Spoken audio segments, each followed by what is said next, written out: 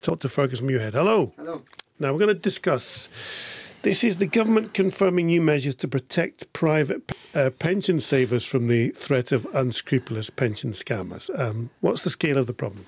Well, the scale of the problem is that there's millions of pounds being taken out of people's pension funds and kind of lost in some way because people are getting phone calls and they're getting text messages and they're getting emails with all these schemes that sound really good ideas to do with your pension money. So take your pension money out of the scheme it's in and give it to us and we'll manage it for you and we'll give you a wonderful return and we'll give you 10 times the amount of money that you've got. And in some cases, there's no, in fact, in all cases, there's no guarantees of anything. But in some of the cases, the pension funds don't even exist, and people are just basically stealing your money.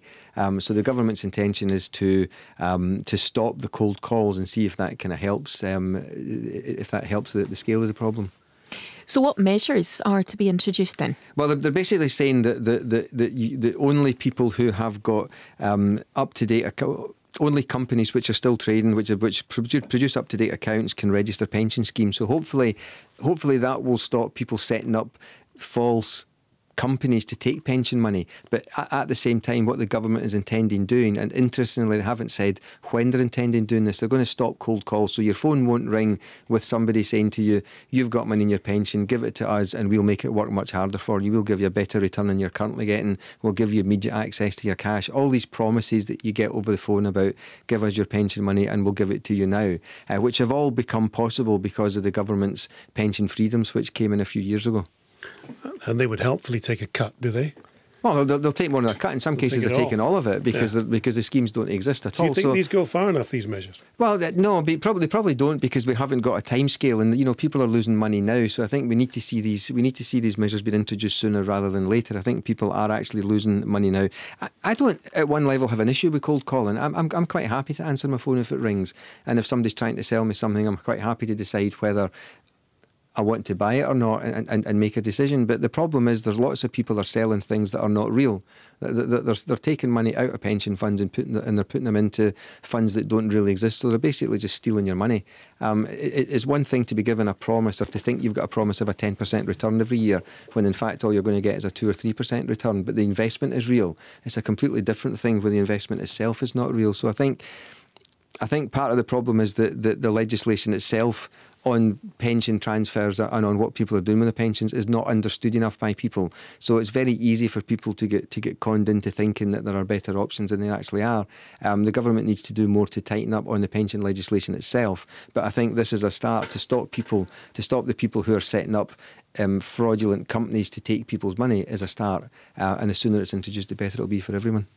We've covered what the measures are. How difficult will they be to enforce? Well, it's very difficult these days. It's difficult to stop people sending text messages and stop people sending emails. It's easier to control phone calls. But even people who say that they're paying for a service that stops dodgy phone calls still seem to get phone calls. So it's a difficult thing to enforce in today's day and age when there's so much going on online that to stop people sending text messages and emails is a difficult thing to enforce. So I don't think it'll ever be complete, but I think what we're seeing from the government here is a recognition that there's a problem that exists, and there are vulnerable people out there who are getting phone calls, they're getting email messages, they're getting text messages, they're responding to them, and they're thinking that the deal that they're being offered is better than the deal that they've currently got. Let's move on to identity fraud. I know you want to talk about this. This has soared, hasn't it? A record of 89,000 cases have been recorded in the first 6 months of 2017. Yeah.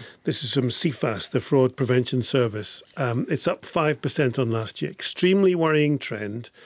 Identities are being stolen in this country at 500 a day. Yeah, it's a shocking problem, and there's a sense in which it's part of the same issue as we discussed a minute ago. I mean, all these things that happen online are causing people a huge problem. Whether people are stealing your money because they're making promises that they can't keep, or whether they're stealing your identity. And quite often the way they steal your identity is get you to respond to something online in the first place. So you respond to a request for information, you supply that information, whether it's your full name, your date of birth, birth, personal account details, and people can go and use that information to set up accounts in your name, take out loans in your name, and quite often it's only when you get a bill from the company concerned that you realise that you've actually that somebody's actually done something in your name that you knew nothing about.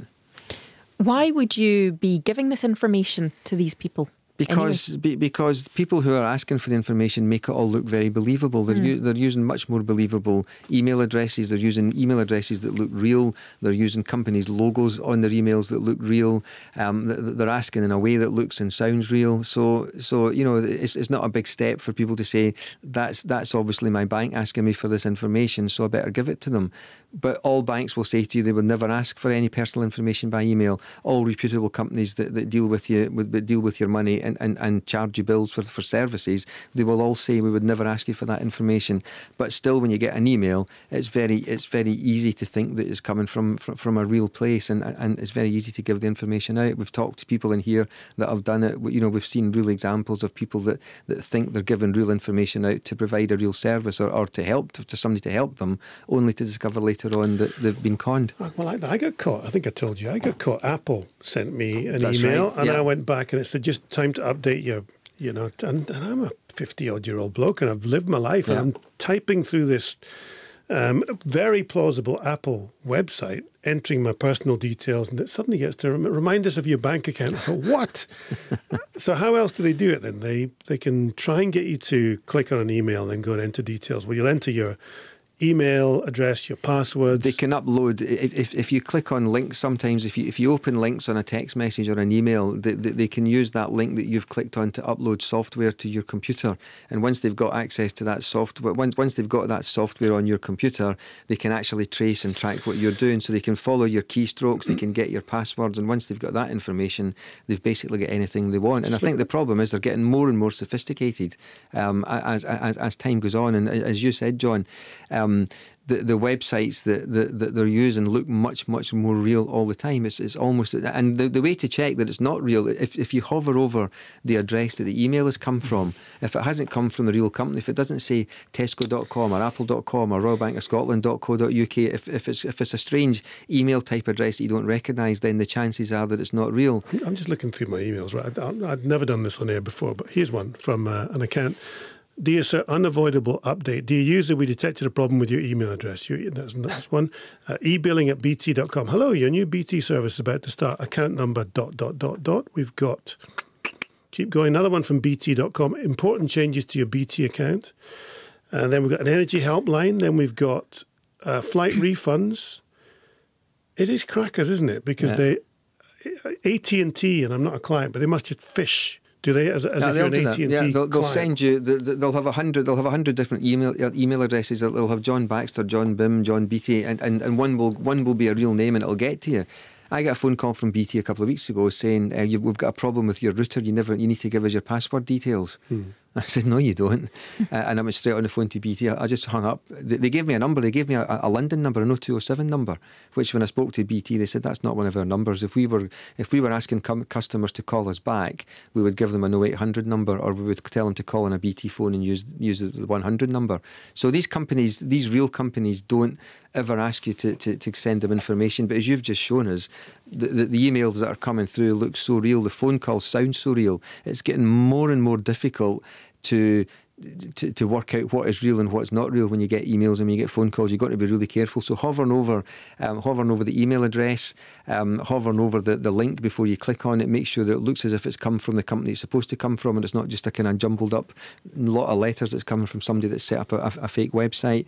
Look at your privacy settings. Make sure that you're keeping everything as private as possible.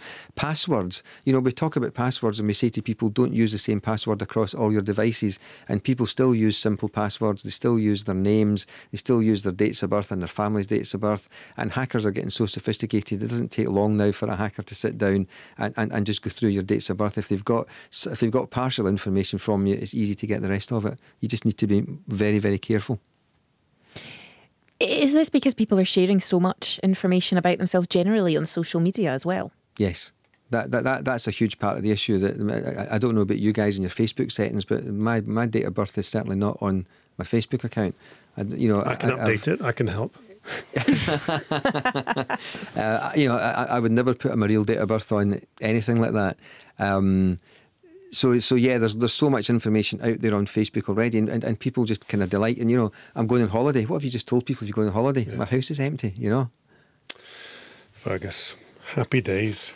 What was that line earlier on? Very hard to tell what's real in life. Indeed. Is that what you said? Good on you. Okay, Fergus, thank you very much indeed. Excellent as always. Please be careful.